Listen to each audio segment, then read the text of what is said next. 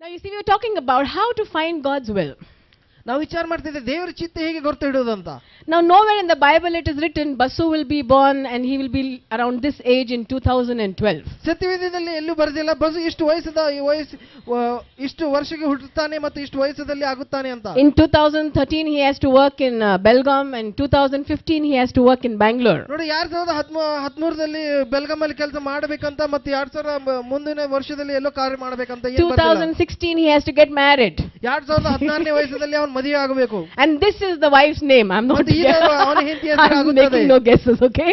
Hallelujah. Hallelujah. It's not written there. ಅಲ್ಲಿ ಬರೆದಿಲ್ಲ. It's not written there. ಅಲ್ಲಿ ಬರೆದಿಲ್ಲ.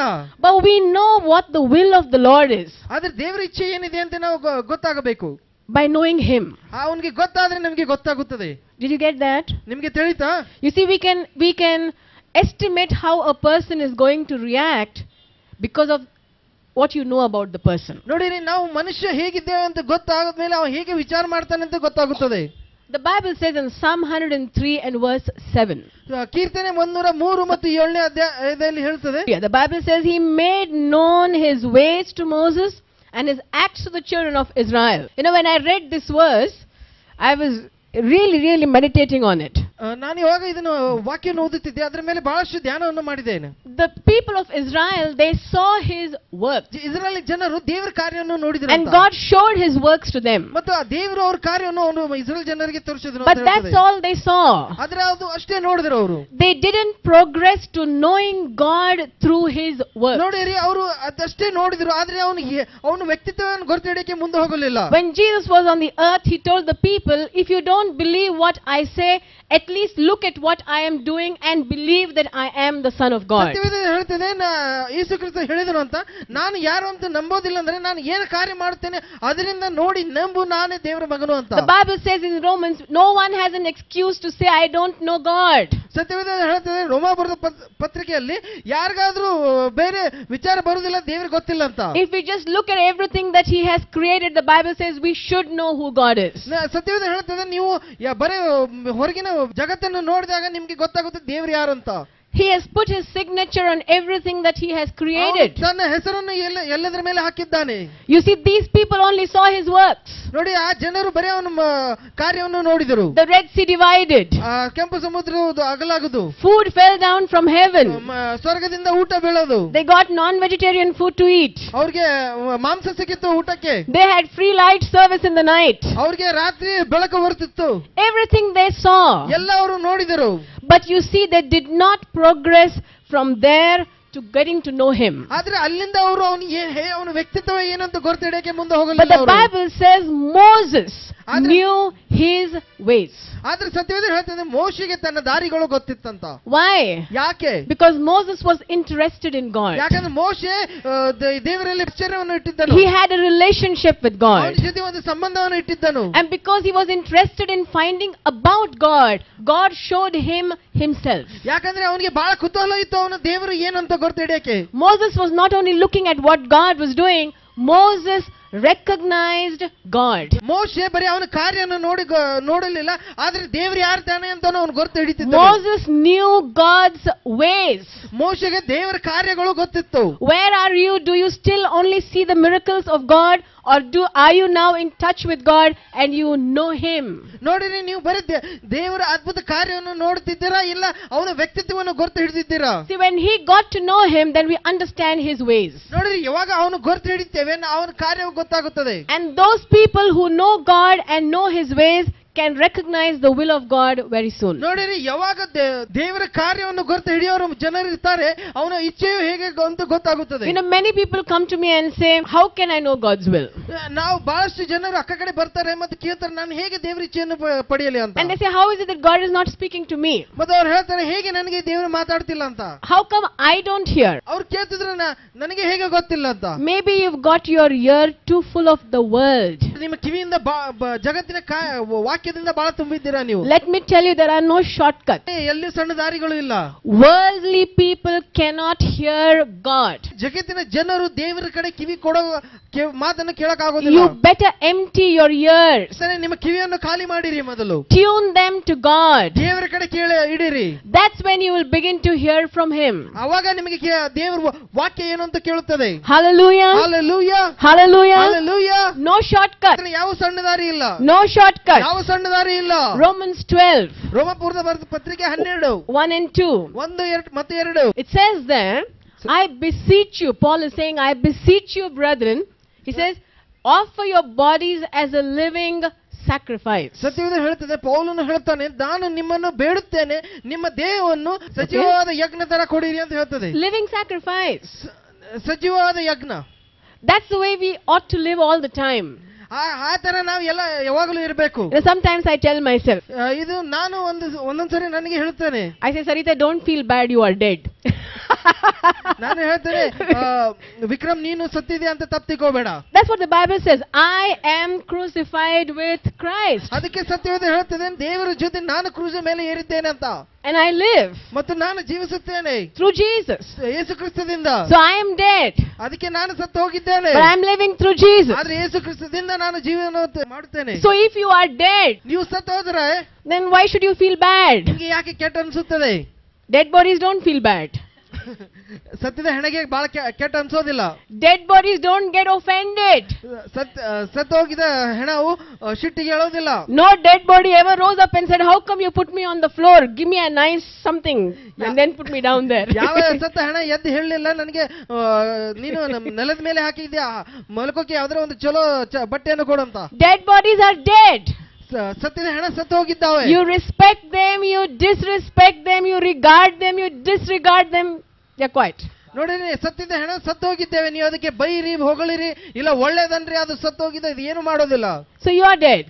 ಹಾಗೆ ನೀವು ಸತ್ತು ಹೋಗಿದ್ದೀರಾ. Oh, they didn't give me that important place. ಅದಕ್ಕೆ ನೀವು ಅನ್ಬೇಡಿರಿ, ನನಗೆ ಅದು ಒಳ್ಳೆ ಕಾರ್ಯ ಒಳ್ಳೆ ಜಾಗ ಸಿಗ್ಲಿಲ್ಲ. They didn't announce my name. ನನಗೆ ಅವ್ರು ನನ್ನ ಹೆಸರನ್ನು ಕರೆಯಲಿಲ್ಲ ಅಂತ. I didn't get a chance. ನನಗೆ ಆ ಕಾರ್ಯವು ಸಿಗಲಿಲ್ಲ ಅಂತ. She didn't respect me. ಅವ್ರು ನನಗೆ ಗೌರವಿಸಿಲ್ಲ ಅಂತ. Where did that come from? ಅದು ಎಲ್ಲಿಂದ ಬಂತು? You're dead. ನೀವು ಸತ್ತೋಗಿದ್ದೀರಾ. You're dead. ನೀವು ಸತ್ತೋಗಿದ್ದೀರಾ. Tell yourself, I am dead. ನೀವು ನಿಮ್ಮನ್ನು ಹೇಳಿರಿ, ನಾನು ಸತ್ತೋಗಿದ್ದೇನೆ ಅಂತ. I am dead. The Bible says that we need to offer our bodies as a living sacrifice. ಸತ್ಯವೇದ ಹೇಳುತ್ತದೆ, ನಮ್ಮ ದೇಹವು ಸಜೀವವಾದ ತ್ಯಾಗವನ್ನು ಆಗಿರಬೇಕು. It's no longer my will. ಇದು ನನ್ನ ಇಚ್ಛೆ ಅಲ್ಲ. It's His will. ಅವನ ಇಚ್ಛೆ. It's no longer my desire. ಇಷ್ಟ ಅಲ್ಲ. It's His desire. ಅದು ಅವನ ಇಚ್ಛೆ ಆಗಿದೆ. It's no longer my way. ಇದು ನನ್ನ ದಾರಿ ಆಗಿಲ್ಲ. It's His way. ಅದು ಅವನ ದಾರಿ ಆಗಿದೆ. I want to see a generation that lives like this. ನಾನು ಹೇಳ್ತೇನೆ, ಯವನಸ್ಥರು ಹೀಗೆ ಆಗಿರಬೇಕು ಅಂತ ನಾನು ಅಪೇಕ್ಷೆ ಪಡ್ತೇನೆ. People who will really rise up and say, I give my all to God. ಎಲ್ಲಿ ಯವನಸ್ಥರು ಬಂದು ಹೇಳ್ತಾರೆ, ನಾನು ಪೂರ್ಣವಾಗಿ ನನ್ನ ಜೀವನವನ್ನು ಕೊಡ್ತೇನೆ. Not my desires, not my dreams, not my way, just His dreams and His desires and His way. ಬರೇ ನನ್ನ ಇಚ್ಛೆ ಅಲ್ಲ, ನನ್ನ ಕನಸುಗಳಲ್ಲ, ನನ್ನ ವಾಕ್ಯಗಳಲ್ಲ, ಆದ್ರೆ ದೇವರ ಇಚ್ಛೆ, ದೇವರ ವಾಕ್ಯ, ದೇವರ ದಾರಿಗಳು ಅಂತ. And don't think that standard is too high. ಮತ್ತೆ ವಿಚಾರ ಮಾಡಬೇಡ್ರಿ, ಅದು ನಮಗೆ ಮಾಡಕ್ ಆಗೋದಿಲ್ಲ ಅಂತ. That's the Bible says that's a reasonable worship. ಸತ್ಯವೇದ ಹೇಳ್ತದೆ, ಅದೇ ಸುಲಭ. That's what you are expected to do basically. ಹಾಗೆ ದೇವರ ಅಪೇಕ್ಷೆ ಪಡ್ತಾನೆ ನೀವೇ ಹೇಗಿರ್ಬೇಕು ಅಂತ. Do you know that? ನಿಮಗೆ ಗೊತ್ತಾ ಇದು? Don't think that's for those pastors and those prophets and no. You believe in Jesus, that's for you. ಜೀವನ ಬರೇ ಪಾಸ್ಟರ್ಸ್ ಗೆ ಇಲ್ಲ ಪ್ರವಾದಿಗೆ ಅಲ್ಲ, ಆದ್ರೆ ನೀವು ಯೇಸು ಕ್ರಿಸ್ತನ ನಂಬುತ್ತೀರಾ, ಈ ಜೀವನವನ್ನು ನೀವು ಮಾಡಬೇಕು. And when you offer your body as a living sacrifice and you don't have any, you have submitted all of your dreams and desires to the Lord, don't think you are doing anything great. ನೋಡಿರಿ, ಯಾವಾಗ ನೀವು ಯೇಸು ಕ್ರಿಸ್ತನ ನಂಬುತ್ತೀರಾ ಮತ್ತು ಸಜೀವನವಾಗಿ ತ್ಯಾಗ ಆಗೋದಿಲ್ಲ, ನೀವು ಒಳ್ಳೆ ಏನು ಮಾಡಕತ್ತಿಲ್ಲ ದೇವರಲ್ಲಿ. The Bible says that's the first step, that's basic. ಸತ್ಯವೇದ ಹೇಳ್ತದೆ, ಅದು ಮೊದಲಿನ ಹೆಜ್ಜೆ. Now from there we begin our journey with Him. ಅಲ್ಲಿಂದ ನಾವು ದೇವರದಲ್ಲಿ ದಾರಿಯನ್ನು ಮುಂದೋಗುತ್ತೇವೆ. But sorry to say, many of us are not even at the first step. ನಾನು ಅದು ಹೇಳ್ತೇನೆ, ಅದನ್ನ ಮೊದಲೇ ಬಹಳಷ್ಟು ಜನರು ಒಂದೇ ಹೆಜ್ಜೆ ಮಠ ಇಲ್ಲ ಅಂತ. It's still about my way and my will and my life and I don't know what else. ಆದ್ರೆ ಇನ್ನಾದ್ರೂ ಬಹಳಷ್ಟು ಜನರು ನನ್ನ ಜೀವನ, ನನ್ನ ದಾರಿ, ನನ್ನ ವಾಕ್ಯ ಪ್ರಕಾರ ಹೋಗಬೇಕಂತ. Are you there? ನೀವು ಅಲ್ಲಿದ್ದೀರಾ? You better get yourself there. ನೀವು ಅಲ್ಲಿ ಹೋಗಬೇಕು ಅಂತ ನಾನು ಹೇಳ್ತೇನೆ. That's the beginning. ಅಲ್ಲಿ ಅದು ಶುರುವಾತು. And when we come to that place where we truly offer our bodies as a living sacrifice, ಮತ್ತೆ ಎಲ್ಲಿ ಯಾವ ಸಜೀವನ ತ್ಯಾಗದ ಜಗದಲ್ಲಿ ಬರ್ತೀವಿ, Bible says something happens. ಸತ್ಯವೇದ ಹೇಳ್ತೇವೆ ಅಲ್ಲಿ ಏನೋ ಆಯ್ತಂತ. See, the moment you begin to say no to yourself and yes to God, something changes on the inside. ನೋಡಿರಿ, ಯಾವಾಗ ನೀವು ಹೇಳ್ತೀರಿ ಹೌದು ದೇವರೇ ನನ್ನ ಇಚ್ಛೆ ಅಲ್ಲ ಆದ್ರೆ ನಿನ್ನ ಇಚ್ಛೆ ಮತ್ತು ಬಯಕೆ ಅಂತ, ಅವಾಗ ನಿಮ್ಮ ಮನಸ್ಸಿನಲ್ಲಿ ಏನೋ ಆಗುತ್ತದೆ ಅಂತ ಹೇಳ್ತಾರೆ. The life of God begins to penetrate your life. ಸತ್ಯವೇದ ಹೇಳ್ತದೆ ದೇವರ ಜೀವವು ನಿಮ್ಮಲ್ಲಿ ಬರುತ್ತದೆ ಅಂತ. The Zoe life of God begins to fill you up. ನೋಡಿರಿ, ಯೇಸು ಕ್ರಿಸ್ತ ಜೀವನವು ನಿಮ್ಮ ದೇಹದಲ್ಲಿ ತುಂಬುತ್ತದೆ ಅಂತ ಹೇಳ್ತದೆ. That's the real high. ಅದು ಬಹಳ ಒಳ್ಳೆಯದು. And that's why we say get high on the Most High. ಅದು ಹೇಳ್ತದೆ ದೇವರಲ್ಲಿ ಮಧ್ಯರಾಗಿರಿ ಅಂತ. Hallelujah. Hallelujah. You don't need alcohol to give you a kick. ನೋಡಿರಿ, ನೀವು ಮದ್ಯಪಾನ ಮಾಡೋದಿಲ್ಲ ನೀವು ಮಧ್ಯರ ಆಗಕ್ಕೆ. You just come to God. ಬರೀ ನೀವು ದೇವರ ಕಡೆ ಬನ್ನಿರಿ, You get really high. ಪೂರ್ಣ ಮಧ್ಯರ ಆಗುತ್ತೀರಾ. Hallelujah. Hallelujah. And that's the real high. The Bible says don't be conformed to the world. ನಾನು ಹೇಳ್ತೇನೆ ಬರೀ ಜಗತ್ತಿನ ಕಡೆ ಇರಬೇಡ್ರಿ ಅಂತ ಹೇಳ್ತೇನೆ. That means don't behave like the world. ನಾನು ಹಾಗಂದ್ರೆ ಜಗತ್ತಿನ ತರ ಮಾಡಬೇಡಿ ಅಂತ. Don't imitate the world. ಜಗತ್ತಿನ ತರ ಮಾಡಬೇಡಿ. Don't follow the world. ಜಗತ್ತಿನ ಹಿಂದೆ ಓಡಬೇಡಿ. It says be renewed. ನೂತನ ಹೊಂದಿರಿ ಅಂತ ಹೇಳ್ತದೆ. Tell somebody be renewed. ಯಾರಿಗಾರು ಹೇಳಿದ್ರೆ ನೂತನ ಹೊಂದಿರಿ ಅಂತ. Hallelujah. Hallelujah. In our minds. ನಮ್ಮ ಮನಸ್ಸಿನಲ್ಲಿ. Now when we allow God to come in, ಯಾವಾಗ ನಾವು ದೇವರನ್ನು ಒಳಗೆ ಕರೆಯುತ್ತೇವೆ, our mind becomes new. ಮತ್ತು ನಮ್ಮ ಬುದ್ಧಿಯು ನೂತನ ಹೊಂದುತ್ತದೆ. And then something happens. ಮತ್ತು ಅವಾಗ ಏನೋ ಆಗುತ್ತದೆ. The Bible says then we can understand what is the good, the acceptable and the perfect will of God. ಅವಾಗ ನಮಗೆ ಗೊತ್ತಾಗುತ್ತದೆ ಏನು ಒಳ್ಳೆಯದು ಮತ್ತು ಏನು ನಡೆಯುತ್ತದೆ ಮತ್ತು ಏನು ದೇವರ ಇಚ್ಛೆ ಅಂತ. My dear brothers and sisters, you have to do all this to come to know what is the good, the acceptable and the perfect will of God. ಪ್ರಿಯ ಸಹೋದರರೇ, ನೀವು ಎಲ್ಲ ಈ ಕಾರ್ಯ ಮಾಡಬೇಕು. ಬರೀ ದೇವರ ಇಚ್ಛೆ ಏನಂತ ಗೊತ್ತಿಡಕ್ಕೆ, ಏನು ಒಳ್ಳೆಯದು, ಏನು ನಡೆಯುತ್ತದೆ ಮತ್ತು ಏನು ದೇವರ ಕಾರ್ಯ ಅಂತ. Otherwise you will always have to go to somebody you think is a man of God and say lay hands and prophesy. ಅದಕ್ಕೆ ಈ ಕಾರ್ಯ ಮಾಡಲಿಲ್ಲ ಅಂದ್ರೆ ನೀವು ಪ್ರತಿಯೊಂದ್ಸರಿ ನೀವು ಯಾವ್ದಾರ ದೇವರ ಪ್ರವಾದಿ ಕಡೆ ಹೋಗಬೇಕಾಗುತ್ತದೆ ಮತ್ತು ಹೇಳಬೇಕಾಗುತ್ತೆ ನನ್ನ ಮೇಲೆ ಕೈ ಇಟ್ಟು ದೇವರ ಇಚ್ಛೆ See what God is telling me. ಅವ್ರು ಕೇಳಬಹುದಾಗುತ್ತದೆ. ನೀವು ನೋಡಿರಿ ಏನು ನನಗೆ ದೇವರ Why can't you see for yourself? ನಿಮ್ಮ ಜೀವಿತ ನಿಮಗೆ ಕಾಣೋದಿಲ್ಲ. You need to give your body as a living sacrifice. ನೀವು ನಿಮ್ಮ ದೇಹವನ್ನು ಸಜೀವನ ತ್ಯಾಗ ಕೊಡಕ್ಕಾಗೋದಿಲ್ಲ. You need to stop conforming to the world. ನೀವು ಜಗತ್ತಿನ ಹಿಂದೆ ಹೋಗೋ ಬಂದ್ ಮಾಡಬೇಕು. You need to renew your mind by the word of God. ನಿಮ್ಮ ಬುದ್ಧಿಯು ದೇವರ ನೂತನದಲ್ಲಿ ಇಡಬೇಕು. And then you begin to understand what the will of God is. ಮತ್ತೆ ಅವಾಗ ನಿಮಗೆ ತಿಳಿಯುತ್ತದೆ ದೇವರ ಇಚ್ಛೆ ಏನಂತ. Hallelujah. Hallelujah. It's easy. ಅದು ಬಹಳ ಸುಲಭ. Say it's easy. ಅದು ಹೇಳಿರಿ ಬಹಳ ಸುಲಭ ಅಂತ. Say I can do it. ಹೇಳಿರಿ ನಾನು ಮಾಡಬಹುದು ಅಂತ. I can do it. ನಾನು ಮಾಡಬಹುದು. That's what God expects from us. ಅದು ದೇವರು ಅಪೇಕ್ಷಿಸುತ್ತಾನೆ ನಮ್ಮಿಂದ. The Bible says all of us can hear him. ಸತ್ಯವೇದ ಹೇಳ್ತದೆ ಎಲ್ಲರೂ ನಾವು ದೇವರಿಗೆ ಕೇಳಬಹುದು ಅಂತ. And all of us can find his will. ಮತ್ತೆ ಎಲ್ಲರೂ ನಾವು ದೇವರ ಇಚ್ಛೆ ಕೇಳಬಹುದು ಅಂತ. Now this is the way we find his will for our life. ಈ ತರ ನಾವು ದೇವರ ಇಚ್ಛೆಯನ್ನು ಪಡೆಯುತ್ತೇವೆ. When I come close to him, ಯಾವಾಗ ನಾವು ಅವನ ಹತ್ತಿರ ಹೋಗುತ್ತೇನೆ, I stop imitating the world. ಮತ್ತು ನಾನು ಜಗತ್ತಿನ ಹಿಂದೆ ಹೋಗುವ ಬದಲು I renew my mind. ಮತ್ತು ನನ್ನ ಬುದ್ಧಿಯ ನೂತನ I ಹೊಂದುತ್ತೇನೆ. offer my body as a living sacrifice. ಮತ್ತು ಯಾವಾಗ ನಾನು ಸಜೀವನವಾಗಿ ತ್ಯಾಗವನ್ನು ಕೊಡುತ್ತೇನೆ, Now suddenly I hear the will of God for my life. ಮತ್ತೆ ನಾನು ಆಶ್ಚರ್ಯದಿಂದ ನಾನು ದೇವರ ಇಚ್ಛೆಯನ್ನು ಪಡೆಯುತ್ತೇನೆ. And I begin to hear the will of God for others also. ಮತ್ತು ನಾನು ಬೇರೆಯವರ ಜೀವಿತದಲ್ಲಿ ದೇವರ ಇಚ್ಛೆ ಏನಿದೆ ಅದನ್ನು ಕೇಳಿಸ್ಕೊತ್ತೇನೆ. Prophecies begin to overflow. ಪ್ರವಾದನೆ ನನ್ನ ಬಾಯಿಂದ ಬರುತ್ತದೆ. Word of knowledge, ದೇವರ ವಾಕ್ಯವು, revelation, ಪ್ರಕಟಣೆಗಳು. Suddenly you read the word and you know something. ಮತ್ತೆ ದೇವರ ವಾಕ್ಯವನ್ನು ಓದ್ಮೇಲೆ ನಿಮಗೆ ಗೊತ್ತಾಗುತ್ತದೆ. You think I read this passage so many times, but today when I read it, it's like a light went on. ಮತ್ತೆ ನೀವು ಅನ್ಬೋದು ಬಹಳ ಸರಿ ವಾಕ್ಯವನ್ನು ಓದಿದ್ದೇನೆ, ಆದ್ರೆ ಇವತ್ತು ಓದಿದಾಗ ಏನೋ ಒಂದು ಆಶ್ಚರ್ಯ ಕಾರ್ಯವಾಗುತ್ತದೆ ಅಂತ. Oh, I have heard everybody saying Jesus loves you, but today I know Jesus loves me. ನಾನು ಬಹಳ ಸರಿ ಕೇಳಿದ್ದೇನೆ ಯೇಸು ಕ್ರಿಸ್ತ ನನ್ನನ್ನು ಪ್ರೀತಿಸುತ್ತಾನೆ ಅಂತ, ಆದ್ರೆ ಇವತ್ತು ನನಗೆ ಗೊತ್ತಾಗಿದೆ ಏನು Yesu Krista. Hallelujah. Hallelujah. See, all that happens when we do these things. ಇವೆಲ್ಲ ಕಾರ್ಯ ಆಗುತ್ತದೆ ಯಾವಾಗ ನಾವು ಈ ವಾಕ್ಯವನ್ನು ಮಾಡುತ್ತೇವೆ. So you want to know the will of God. ಮತ್ತೆ ನಿಮ್ಮ ಜೀವಿತದಲ್ಲಿ ದೇವರ ಇಚ್ಛೆಯನ್ನು ಪಡೆಯೋದಿದೆಯಾ? You need to know these things, to do these things. ಈ ವಾಕ್ಯವನ್ನು ಗೊತ್ತಾಗಬೇಕು ನಿಮಗೆ ಈ ಕಾರ್ಯವನ್ನು ಮಾಡಬೇಕಂದ್ರೆ. And let me tell you something. ಮತ್ತೆ ನಾನು ಏನು ಹೇಳ್ತೇನೆ ಕೇಳಿಸ್ಕೊಳ್ಳಿ. God has a plan for each one of us. ದೇವರು ಎಲ್ಲರ ಸಂಬಂಧ ಒಂದು ಇಚ್ಛೆಯನ್ನು ಇಟ್ಟಿದ್ದಾನೆ. Now God has made each one of us different, not accidentally. ನೋಡಿರಿ, ದೇವರು ನಮಗೆ ಬೇರೆ ಬೇರೆ ವ್ಯಕ್ತಿತ್ವವನ್ನು ಕೊಟ್ಟಿದ್ದಾನೆ. ಅದು ಒಂದು ಆಶ್ಚರ್ಯಕಾರಿ ಅಲ್ಲ.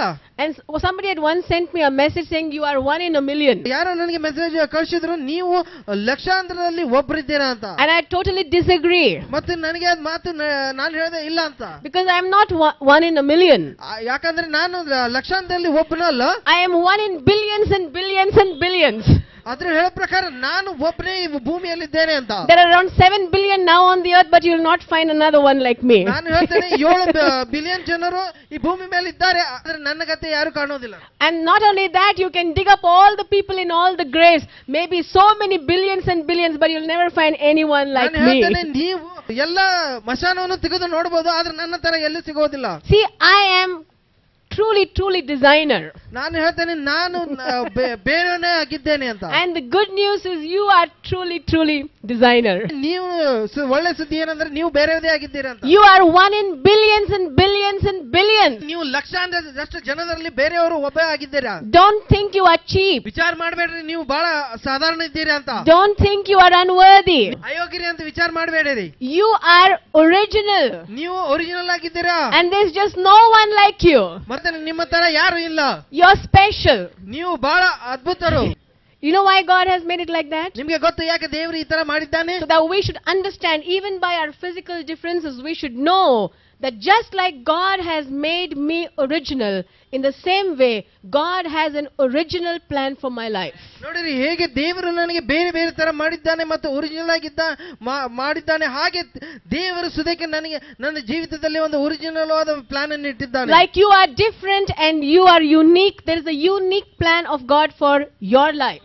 ಹೇಗೆ ನೀವು ಬೇರೆಯವರ ಆಗಿದ್ದೀರಾ ಮತ್ತು ಯೋಗ್ಯರಾಗಿದ್ದೀರಾ, ಆ ತರನೇ ನಿಮ್ಮ ಜೀವಿತದಲ್ಲಿ ಯೋಗ್ಯತನವಾಗುವ ಪ್ಲಾನ್ ಅನ್ನು ದೇವರು ಇಟ್ಟಿದ್ದಾನೆ. God has called you to do it. ದೇವರು ಅದನ್ನು ಮಾಡಕ್ಕೆ ನಿಮಗೆ ಕರೆದಿದ್ದಾನೆ. And that plan is very good. ಮತ್ತು ಆ ಪ್ಲಾನ್ ಬಹಳ ಒಳ್ಳೆಯದಾಗಿದೆ. God, who has made all these things which we cannot even number, surely can make a good plan for your life. ಇಷ್ಟು ಎಲ್ಲ ಎನಿಸಲಾರದ ವಸ್ತುಗಳನ್ನು ದೇವರು ಮಾಡಿದ್ದಾನೆ, ಆ ತರನೇ ದೇವರು ಯೋಗ್ಯವಾದ ನಮ್ಮ ಜೀವಿತದಲ್ಲಿ ಕಾರ್ಯವನ್ನು ಇಟ್ಟಿದ್ದಾನೆ. It's worth finding out what God's plan is for your life. ಅದು ಯೋಗ್ಯತನ ನಮ್ಮ ಜೀವಿತದಲ್ಲಿ ಏನು ಮಾಡಬೇಕಂತ. There are many plans that I can make, but I cannot beat the plan of God. ನಾನು ಬಹಳಷ್ಟು ಕಾರ್ಯವನ್ನು ಮಾಡಬಹುದು, ಆದ್ರೆ ದೇವರ ಕಾರ್ಯವನ್ನು ಮುರಿಯೋಕ್ಕಾಗೋದಿಲ್ಲ. Hallelujah. Hallelujah. There's something glorious for you. ದೇವರ ಮಹಿಮೆ ಏನೋ ಇದೆ. There's something great for you. ಏನೋ ಒಂದು ಅದ್ಭುತ ಕಾರ್ಯ ಇಟ್ಟಿದೆ. God has planned something for you. ದೇವರು ನಿಮ್ಮ ಸಲುವಾಗಿ ಅದ್ಭುತವಾದ ವಿಚಾರವನ್ನು ಇಟ್ಟಿದ್ದಾನೆ. And it's never too late to get into the plans of God. ಇದು ಇನ್ನಾದ್ರೂ ನೀವು ಸಮಯನ ಮುಗಿದಿಲ್ಲ ದೇವರ ಕಾರ್ಯದಲ್ಲಿ ಹೋಗಕ್ಕೆ. Maybe you spent a lot of time without trying to find what His will is. ನೋಡಿರಿ, ಬಹಳಷ್ಟು ಸಮಯದಲ್ಲಿ ನೀವು ದೇವರ ಕಾರ್ಯ ಏನಿದೆ ಅಂತ ಗೊತ್ತಿರಲಾರ್ದು ಇರಬಹುದು. But now you can do it. ಆದ್ರೆ ನೀವು ಈಗ ಮಾಡಬಹುದು. Do it now. ಹೀಗೆ ಮಾಡಬೇಕು. We can still enter into the plans of God. ನಾವು ಇನ್ನಾದ್ರೂ ದೇವರ ಕಾರ್ಯದಲ್ಲಿ ಹೋಗಬಹುದು. It's not too late. ಅದು ಇನ್ನ ಸಮಯನ ಮುಗಿದಿಲ್ಲ. And when you find His will and you do it, your life is never going to be boring. ನಾನು ಹೇಳ್ತೇನೆ, ಯಾವಾಗ ಅವನಲ್ಲಿ ಏನು ಕಾರ್ಯ ಇದೆ ಅನ್ನೋದು ಹುಡುಕಿ ಅದನ್ನ ಮಾಡ್ತೀರಾ, ನಿಮ್ಮ ಜೀವಿತ ಸಾಧಾರಣ ಇರೋದಿಲ್ಲ. Hebrews 5 and verse 14. ಹೀಬ್ರೂ ಪತ್ರಿಕೆ 5 ಮತ್ತು 14. Bible says, who by reason of use have their senses exercised to discern evil and good. There's so many people are afraid to think that this is God's will. ಬಹಳಷ್ಟು ಜನರು ಹೆದರ್ತಾರೆ, ಇದು ದೇವರ ಇಚ್ಛೆ ಅಂತ ಗೊತ್ತಿಲ್ಲ. Maybe I didn't understand God's will. ಅವರು ವಿಚಾರ ಮಾಡ್ತಾರೆ, ನನಗೆ ದೇವರ ಇಚ್ಛೆ ತಿಳಿಬಹುದು ಅಂತ. Maybe I got it wrong. ಅವರು ಅನ್ಬೋದು, ನನಗೆ ಇದು ತಪ್ಪಾಗಿರಬಹುದು ಅಂತ. Sometimes we may think, should I work in Belgaum, should I work in Bangalore, should I work in Bombay, where should I go? ಅವರು ವಿಚಾರ ಮಾಡ್ತಾರೆ, ನಾನು ಬೆಲ್ಗಾಂದಲ್ಲಿ ಕಾರ್ಯ ಮಾಡಬೇಕು, ಇನ್ ಬಾಂಬೆದಲ್ಲಿ ಕಾರ್ಯ ಮಾಡಬೇಕು, ಇನ್ನು ಬೇರೆ ಕಡೆ ಕಾರ್ಯ. And sometimes I feel like going to Belgaum, and sometimes to Bangalore, and sometimes to Bombay, and I think, what is God's will? ಸ್ವಲ್ಪ ಸರಿ ನಾನು ವಿಚಾರ ಮಾಡ್ತೇವೆ, ನಾನು ಎಲ್ಲಿ ಹೋಗಬೇಕಂತ ಗೊತ್ತಿಲ್ಲ, ಆದ್ರೆ ನಾನು ಏನ್ ಮಾಡಬೇಕಂತ ನನಗೆ ಗೊತ್ತಿಲ್ಲ. And I might even think, oh, I'm thinking I should go to Bombay, but maybe this is my own mind speaking, not God. ಬಹಳಷ್ಟು ಸರಿ ವಿಚಾರ ಮಾಡ್ತೀನಿ, ನನಗೆ ಬಾಂಬೆಗೆ ಹೋಗಬೇಕಂತ ಅನಿಸುತ್ತದೆ, ಆದ್ರೆ ಇದು ನನ್ನ ಬರೀ ಬುದ್ಧಿ ಹೇಳುತ್ತದೆ ಅಂತ. So how best can we find out what exactly is God's will? ಹೇಗೆ ಉತ್ತಮ ದಾರಿ ಇದೆ ನಾವು ದೇವರ ಇಚ್ಛೆ ಪಡೆಯಲಿಕ್ಕೆ? Sometimes I think, yeah, God is telling me to go to Bombay. ಸ್ವಲ್ಪ ಸರಿ ವಿಚಾರ ಮಾಡ್ತೇವೆ ನಾವು, ದೇವರು ಹೇಳ್ತಿದ್ದಾನೆ ನನಗೆ ಬಾಂಬೆಗೆ ಹೋಗಬೇಕು But ಅಂತ. I am not sure really. ಆದ್ರೆ ನನಗೆ ಗೊತ್ತಿಲ್ಲ ಹೇಗೆ ಮಾಡಬೇಕು ಅಂತ. The Bible says the only way we grow is by learning to use it. ಸತ್ಯವೇದ ಹೇಳ್ತದೆ ಅದನ್ನ ನಾವು ಅದರಲ್ಲಿ ಹೇಗೆ ಬೆಳೆಯುತ್ತೀವಿ ಅಂದ್ರೆ ಅದನ್ನ ಬರೀ ಉಪಯೋಗಿಸಿ ನಾವು ಅದನ್ನ ಬೆಳೆಯುತ್ತೀವಿ. I hear the voice of God and do it. ನಾನು ಸತ್ಯವೇದ ಹೇಳ್ತದೆ ದೇವರ ವಾಕ್ಯವನ್ನು ಕೇಳಿದಾಗ ನಾನು ಮಾಡಿದಾಗ I may miss, ನಾನು ಅದನ್ನ ತಪ್ಪು ಹೋಗಬಹುದು, but I do it again. ಮತ್ತೆ ನಾನು ಮಾಡ್ತೇನೆ. I listen for his voice and I do it. ಅವನು ವಾಕ್ಯವನ್ನು ಕೇಳ್ತೇನೆ ಮತ್ತು ಅದನ್ನ ಮಾಡ್ತೇನೆ. Maybe I miss again, ಮತ್ತೆ ನಾನು ತಪ್ಪಬಹುದು, but I still listen to his voice and I still do his will. ಆದ್ರೂ ನಾನು ವಾಕ್ಯವನ್ನು ಕೇಳಿ ಮತ್ತೆ ಮಾಡುತ್ತೇನೆ. And like this, when I keep on trying to listen to the voice of God and working on it, my senses are exercised. ಇವಾಗ ಇದನ್ನು ಕೇಳಿ ನಾನು ಮಾಡೋದ್ರಿಂದ ಮತ್ತು ತಪ್ಪೋದ್ರಿಂದ ಮತ್ತೆ ಮಾಡುತ್ತೇನೆ, ಹಾಗೆ ನನ್ನ ಕೇಳೋ ಶಕ್ತಿಯು ಜಾಸ್ತಿ ಆಗುತ್ತದೆ. And I become better and better at it. ಮತ್ತೆ ಇದರ ಕೇಳೋದ್ರಲ್ಲಿ ಬಹಳ ಒಳ್ಳೆ ಉತ್ತಮವಾಗುತ್ತೇನೆ. Hallelujah. Hallelujah. Now I am not getting it wrong so many times. ಈಗ ನಾನು ತಪ್ಪೋದಿಲ್ಲ ಅಷ್ಟು ಸರಿ.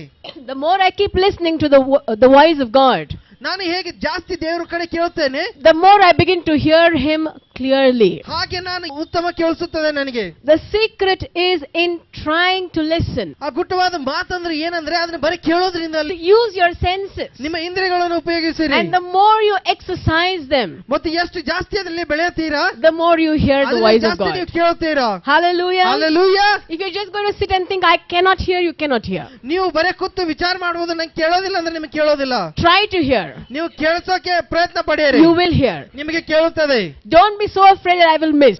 ಬಹಳಷ್ಟು ಹೆದರಬೇಡ್ರಿ ನಾನು ತಪ್ಪು ಹೋಗುತ್ತೇನೆ ಅಂತ. Even if you miss, get up and try again. ನಾನು ಹೇಳ್ತೇನೆ ನೀವು ತಪ್ಪು ಹೋದ್ರೆ ಇನ್ನೊಂದ್ಸರಿ ಎದ್ದು ಮಾಡಿರಿ ಅದನ್ನ. Again you miss, get up and try again. ಇನ್ನೊಂದ್ಸರಿ ತಪ್ಪಿದ್ರೆ ಮತ್ತೊಂದ್ಸರಿ ಎದ್ದು ಮಾಡಿರಿ ಅದನ್ನು. No child who is learning to walk sits down when he is walking and say I'm never going to walk in my life. ನೋಡಿ ಯಾವ ಸಣ್ಣ ಮಗು ಎಲ್ಲಿ ನಡೆಯೋದು ಕಲಿತಿದೆ ಅದು ಬರೀ ಕೂತು ಹೇಳೋದಿಲ್ಲ ನಾನು ಈಗ ಕೂತಿದ್ದೇನೆ ನನಗೆ ನಡೆಯೋಕೆ ಆಗೋದಿಲ್ಲ ಅಂತ. They walk, they fall, they walk, they fall, they try and try and try and look at you how you're walking now. ನೋಡಿ ನೀವು ಸಣ್ಣವರಿದ್ದಾಗ ಎದ್ದು ಬೀಳುತ್ತಿದ್ದೀರಾ ಮತ್ತೆ ಎದ್ದು ಬೀಳುತ್ತಿದ್ದೀರಾ ಮತ್ತೆ ಎದ್ದು ಬೀಳುತ್ತಿದ್ದೀರಾ ಹಾಗೆ ನೀವು ಕಲಿತಿದ್ದೀರಾ ಈಗ. Don't you walk well? ಈಗ ನೀವು ನಡೆಯಕ್ಕೆ ಬರೋದಿಲ್ಲ. How come you learned? ಹೇಗೆ ನೀವು ಕಲ್ತೀರಿ?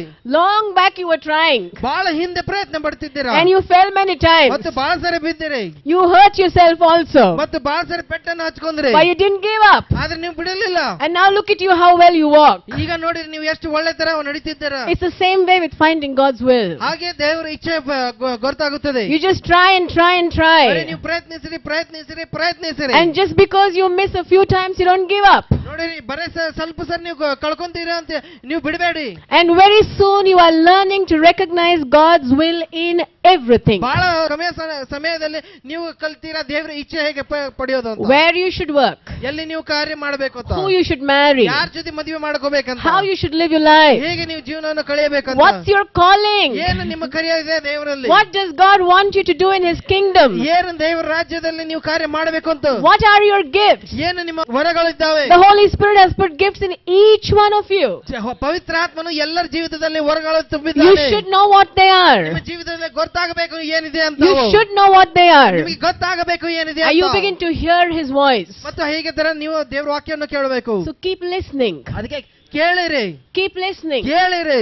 Keep listening. ಕೇಳಿರಿ. One more thing I'd like to say before I close. ನಾನು ಇನ್ನೊಂದು ಮಾತನ್ನು ಹೇಳ್ತೇನೆ ಮುಚ್ಚೋಕ್ಕಿಂತ ಮುಂಚೆ. You see, the reason why people make mistakes in listening and finding the will of God. ನೋಡಿ ಬಹಳಷ್ಟು ಜನರು ಯಾಕೆ ತಪ್ಪು ಹೋಗುತ್ತಾರೆ ದೇವರ ವಾಕ್ಯವನ್ನು ಕೇಳಕ್ಕೆ ಮತ್ತು ಇಚ್ಛೆಯನ್ನು ಪಡೆಯಕ್ಕೆ. Is because they have their desires very strong on the inside. ಯಾಕಂದ್ರೆ ಅವರ ಇಚ್ಛೆ ಬಹಳ ಅವರಿಗಿಂತ ಜಾಸ್ತಿ ಇದೆ ದೇವರ ವಾಕ್ಯಕ್ಕಿಂತ. There's already something that I want to do. ಯಾಕಂದ್ರೆ ಅವ್ರ ಮನಸ್ಸಿನಲ್ಲಿ ವಿಚಾರ ಇದೆ ನಾನು ಏನೋ ಮಾಡಬೇಕಂತ. There's already a person I want to marry. ಯಾಕಂದ್ರೆ ಅವ್ರ ಮನಸ್ಸಿನಲ್ಲಿ ವಿಚಾರ ಇದೆ ಯಾವುದೋ ಮನುಷ್ಯನಿದ್ದಾನೆ ನಾನು ಮದುವೆ ಮಾಡಬೇಕು ಅಂತ. My heart is already set on this person. ಅವರು ವಿಚಾರ ಮಾಡ್ತಾರೆ ನನ್ನ ಹೃದಯ ಅವ್ರ ಮೇಲೆ ಇದೆ ಅಂತ. Now I come to God and say, God, just sign the tender. ಮತ್ತೆ ದೇವರ ಕಡೆ ನಾನು ಹೋಗಿ ಹೇಳ್ತಾನೆ ದೇವರೇ ಹೌದು ನೀನು ಇದಕ್ಕೆ ಸಹಿ ಹೊಡೆದು ಬಿಡು. This is what I want, now you say amen to it. ಮತ್ತೆ ಇದು ನನಗೆ ಬೇಕು ಮತ್ತೆ ಆಮೆನ್ ಅಂತ ಹೇಳೋ ದೇವರೇ ಅಂತ ಹೇಳ್ತೇವೆ. But if you really want to find the will of God, ಆದ್ರೆ ನಾನು ಹೇಳ್ತೇನೆ ನಿಮ್ಮ ಜೀವಿತದಲ್ಲಿ ದೇವರ ಇಚ್ಛೆ ಏನಂತ and I want to know, is this person the right one for me? ನಿಮ್ಮ ಜೀವಿತದಲ್ಲಿ ಇವರೇ ನಿಜವಾದ ಸಂಗಾತಿ ಆಗೋದಿತ್ತಂದ್ರೆ that's very important. ಅದು ಬಹಳ ಪ್ರಮುಖವಾದ ಮಾತು.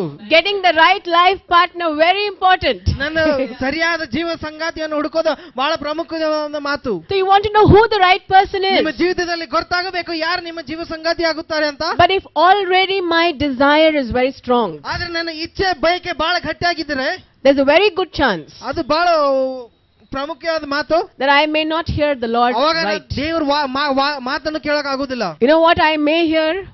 ನಿಮಗೆ ಗೊತ್ತಾ ನಾನು ಏನ್ ಕೇಳಬಹುದು? That's the person. ಅವಳೇ ಅಂತ. Go and propose. Okay. ಹೋಗಿ ಅವ್ರ ಜೊತೆ ಮಾತಾಡೋದು ಅನ್ಸುತ್ತದೆ. And I think this is God. ಇದು ದೇವರು. So many people come and tell me, God spoke to me and showed this one's face. Honestly, a lot of people tell me that. I'm not talking about Vikram. He's not. He needs water also now. ಬಹಳಷ್ಟು ಜನರು ಬಂದು ಹೇಳ್ತಾರೆ ದೇವರು ನಮ್ಮ ಜೀವ ಸಂಗಾತಿಯನ್ನು ತೋರಿಸಿದ್ದಾನೆ ಅಂತ. How many young people in the church also? ಎಷ್ಟು ಜನರು ಈ ಸಭೆಯಲ್ಲಿ ಇದ್ದಾರಾ? I was worshipping and I saw this person's face. ನಾನು ದೇವರ ಆರಾಧನೆ ಮಾಡ್ತಿದ್ದೇನೆ ಮತ್ತು ಇವ್ರ ಮುಖವನ್ನು ಕಾಣಿದ್ದೆ ಅಂತ. Close your eyes. ನಿಮ್ಮ ಕಣ್ಣನ್ನು ಮುಚ್ಚಿರಿ. Okay. Otherwise, I got a dream about this person and I'm sure God is suggesting something to me. ನನಗೆ ಅನ್ಸುತ್ತದೆ ನನಗೆ ಈ ಕನಸನ್ನು ಬಂದಿದೆ ಅದಕ್ಕೆ ಗೊತ್ತಾಗುತ್ತದೆ ಅಂತ. Not all dreams are from God. ನೋಡಿರಿ ನಾನು ಹೇಳ್ತೇನೆ ಎಲ್ಲ ಕನಸು ದೇವರಿಂದ ಅಲ್ಲ. God does speak through dreams. ದೇವರ ಕನಸಿಂದ ಮಾತಾಡ್ತಾನೆ ಹೌದು. But some dreams just come there. ಆದ್ರೆ ಸ್ವಲ್ಪ ಕನಸು ಹಾಗೆ ಬರುತ್ತದೆ. Through our own, what we are going through in life. ನಮ್ಮ ಜೀವಿತದಲ್ಲಿ ಏನು ನಡೀತಿದೆ ಅದರಿಂದ ಬರಬಹುದು. So when people come and tell me that, ಯಾವಾಗ ಜನರು ಬಂದು ನನಗೆ ಹೇಳ್ತಾರೆ I saw this one's face. ನಾನು ಈ I saw this dream. I had this vision. ನಾ ಈ ಮನುಷ್ಯನ ಮುಖವನ್ನು ನೋಡಿದ್ದೇನೆ, ನಾ ಕನಸನ್ನು And I think God wants me to marry this person. ಮತ್ತೆ ನನಗೆ ಅನ್ಸುತ್ತದೆ ಈ ಮನುಷ್ಯನ ಮದುವೆ ಮಾಡಕ್ಕೆ ದೇವರ ಇಚ್ಛೆ ಇದೆಯೋ. I say very good, now pray about it. ನಾನು ಅಂತೇನೆ ಹೌದು ಬಹಳ ಒಳ್ಳೆಯದು, ಪ್ರಾರ್ಥನೆ ಮಾಡೋದ್ರ ಬಗ್ಗೆ. Pray about it. ಪ್ರಾರ್ಥನೆ ಮಾಡೋದ್ರ ಬಗ್ಗೆ. If you just fast and pray. ಬರೀ ಉಪವಾಸ ಪ್ರಾರ್ಥನೆಯನ್ನು ಮಾಡಿರಿ. Because you see, as long as this person has very strong desires on the inside, ನಾನು ಹೇಳ್ತೇನೆ ಯಾವಾಗ ಈ ಮನುಷ್ಯನ ಬಗ್ಗೆ ಬಹಳ ಮನಸ್ಸಲ್ಲಿ ಇಚ್ಛೆ ಇದೆಯೋ, they may just hear their own desires. ಅವಾಗ ಅವರು ಬರೀ ಅವ್ರ ಬಯಕೆಯನ್ನು ಕೇಳಬಹುದು. Let me tell you something. ಆದ್ರೆ ನಾನು ಏನು ಹೇಳ್ತೇನೆ ಕೇಳು. First work on the inside. ನನ್ನ ಒಳಗಿನಲ್ಲಿ ನಾನು ಬದಲಾಯಿಸಬೇಕು. I want everything to quieten on the inside. ನನ್ನ ಇಚ್ಛೆ ಬಯಕೆ ಗಪ್ಪಾಗಬೇಕು. I need to come to a place before God where I can say, God, if it works, praise your name. If it doesn't work, praise your name. ನಾನು ಒಂದು ಜಗದಲ್ಲಿ ಬರಬೇಕು, ಎಲ್ಲಿ ಬಂದು ಹೇಳ್ತೇನೆ ಈ ಕಾರ್ಯ ಆದ್ರೆ ದೇವರು ನಿನಗೆ ಮಹಿಮೆ, ಆಗಲಿಲ್ಲ ಅಂದ್ರೂ ದೇವರು ನಿನಗೆ ಮಹಿಮೆ ಅಂತ. If you are searching for a life partner, you need to come to that place where you say, Lord, if I get this person, praise your name. If I don't get that person, praise your name. It doesn't matter. ಜಗದಲ್ಲಿ ಬಂದು ಹೇಳಬೇಕು, ದೇವರೇ ಹೌದು ದೇವರೇ ಈ ಮನುಷ್ಯನು ಸಿಕ್ಕಿದ್ರೆ ನನ್ನ ಜೀವಿತದಲ್ಲಿ ದೇವರು ನಿನಗೆ ಮಹಿಮೆ, ಸಿಗಲಿಲ್ಲ ಅಂದ್ರೂ ನಿನಗೆ ಮಹಿಮೆ. When you are at that place, you are in the right place to hear from God. ನೋಡಿರಿ ಯಾವಾಗ ನೀವು ಆ ಜಗದಲ್ಲಿ ಇದ್ದೀರಿ ಅದೇ ಸರಿಯಾದ ಜಗ ದೇವರ ವಾಕ್ಯವನ್ನು ಕೇಳಕ್ಕೆ. That's true for everything. ನಾನು ಹೇಳ್ತೇನೆ ಸತ್ಯ ಎಲ್ಲ ಮಾತಿಗೆ. That's true for everything. ಎಲ್ಲ ಮಾತ್ರ ಸಲುವಾಗಿ ಸತ್ಯ. Whether it's my job or my money or a house or whatever. ಅದು ಯಾವ ಕಾರ್ಯಕ್ಕಾಗಿ ಇರಬಹುದು, ನಿಮ್ಮ ಕೆಲಸಕ್ಕೆ, ನಿಮ್ಮ ಮನೆಗೆ, ನಿಮ್ಮ ಹಣಕ್ಕೆ. When I come to that place where I can keep it on the altar of God and say, it's no longer mine, Lord, it's yours. ಯಾವಾಗ ನೀವು ದೇವರ ಮುಂದೆ ಬಂದು ಇಡಬಹುದು ಆ ಕೆಲಸ ಕಾರ್ಯ ಮತ್ತು ಹಣವನ್ನು, ಅವಾಗ ನೀವು ದೇವರ ವಾಕ್ಯವನ್ನು ನಿಜವಾಗಿ ಕೇಳುತ್ತೀರಾ. That's when I will hear. ಅವಾಗ ನೀವು ಕೇಳುತ್ತೀರಾ ದೇವರ ವಾಕ್ಯವನ್ನು. Abraham put Isaac on the altar and lifted up his sword to kill him. ಅಬ್ರಾಹಿಮನು ಇಸಾಕನು ದೇವರ ಮುಂದೆ ಇಟ್ಟೆ ಮತ್ತು ಅವನ ಕತ್ತಿಯನ್ನು ತೆಗೆದುಕೊಳ್ಳಕ್ಕೆ. Isaac was his desire. ಐಸಾಕನು ಅವನ ಇಚ್ಛೆ ಇದ್ದನು. Isaac was his great love. ಐಸಾಕನು ಅಬ್ರಾಹಿಮನ ದೊಡ್ಡ ಪ್ರೀತಿಯಾಗಿದ್ದನು. But he put him on the altar. ಆದ್ರೆ ದೇವರ ಮುಂದೆ ಇಟ್ಟನು. And he was going to kill him. ಮತ್ತು ಅವಾಗ ಕೊಲ್ಲುತ್ತಿದ್ದನು. That's when the Lord spoke. ಅವಾಗ ದೇವರು ಮಾತಾಡಿದನು. And the Lord said, stop. ಅವಾಗ ದೇವರು ಹೇಳಿದನು ನಿಲ್ಲು ಅಂತ. Take back Isaac. ಅವಾಗ ಹೇಳಿದನು ನಿಂದಿರು ಐಸಾಕನ ತಗೋ ಅಂತ. Hallelujah. Hallelujah. Abraham could have reasoned before that time and say, I think God wants to give me Isaac. ಅಬ್ರಾಹಿಮನು ದೇವರ ಜೊತೆ ಮಾತಾಡಬಹುದಾಗಿತ್ತು, ನೀನು ಐಸಾಕ್ ಬೇಕಾ ತಗೋಬೇಕಾ ಅಂತ. But he had to go through that process. ಆದ್ರೆ ಅಬ್ರಾಹಿಮ ಆ ಕಾರ್ಯದಿಂದ ಹೋಗಬೇಕಾಗಿತ್ತು. Where he laid his all on the altar. ಎಲ್ಲಿ ಅವನು ದೇವರ ಮುಂದೆ ಎಲ್ಲ ಇಟ್ಟನು. Whatever it is in your life, ನಿಮ್ಮ ಜೀವಿತದಲ್ಲಿ ಏನಾರು ಇದ್ರಬಹುದು, you need to work on the inside to be able to put it 100% on the altar of God. ನೀವು 100% ಹಾಕೋದಿತ್ತಂದ್ರೆ ನಿಮ್ಮ ಜೀವಿತದಲ್ಲಿ ನೀವು ಮೊದಲು ಬದಲಾಯಿಸಬೇಕು. And then you will hear from God. ಆಗ ನೀವು ದೇವರ ವಾಕ್ಯವನ್ನು ಕೇಳ್ತೀರಾ. Especially during marriage, I hear some people coming and saying, no, I have to get married to this person. ಆದ್ರೆ ಬಹಳ ಸರಿ ಮದುವೆ ಬಗ್ಗೆ ನನಗೆ ಬಂದು ಹೇಳ್ತಾರೆ ಜನರು, ಇಲ್ಲ ನಾ ಅದೇ ಜನಗೆ ಮದುವೆ ಆಗಬೇಕು ಅಂತ. You better talk to the Lord about it. ನೀವು ದೇವರ ಜೊತೆ ಮೊದಲು ಮಾತಾಡಿರಿ ಅದನ್ನು. You better lay it on the altar. ನಾನು ಹೇಳ್ತೇನೆ ದೇವರ ಮುಂದೆ ಇಡೇರಿ ಅಂತ. All of you who plan to get married, ಎಲ್ಲರೂ ಯಾರು ಮದುವೆ ಆಗೋ ವಿಚಾರ ಇದ್ದೇವೆ, lay it on the altar. ದೇವರ ಮುಂದೆ ಇಡೇರಿ ಅದನ್ನು. Say if it is your will, Lord, okay. ಹೇಳಿರಿ ದೇವರು ನಿನ್ನ ಇಚ್ಛೆ ಇದ್ದರೆ ಅದನ್ನು ನಿನ್ನ ಮುಂದೆ ಇಡುತ್ತೇನೆ. If it's not your will, it's okay. ಹೇಳಿರಿ ನಿನ್ನ ಇಚ್ಛೆ ಇರಲಿಲ್ಲ ಅಂದ್ರೆ ನಡೆಯುತ್ತದೆ. It's still okay. ಆದ್ರೆ ನಡೆಯುತ್ತದೆ ಹೋದಳಂದ್ರು. And you will hear from the Lord every time.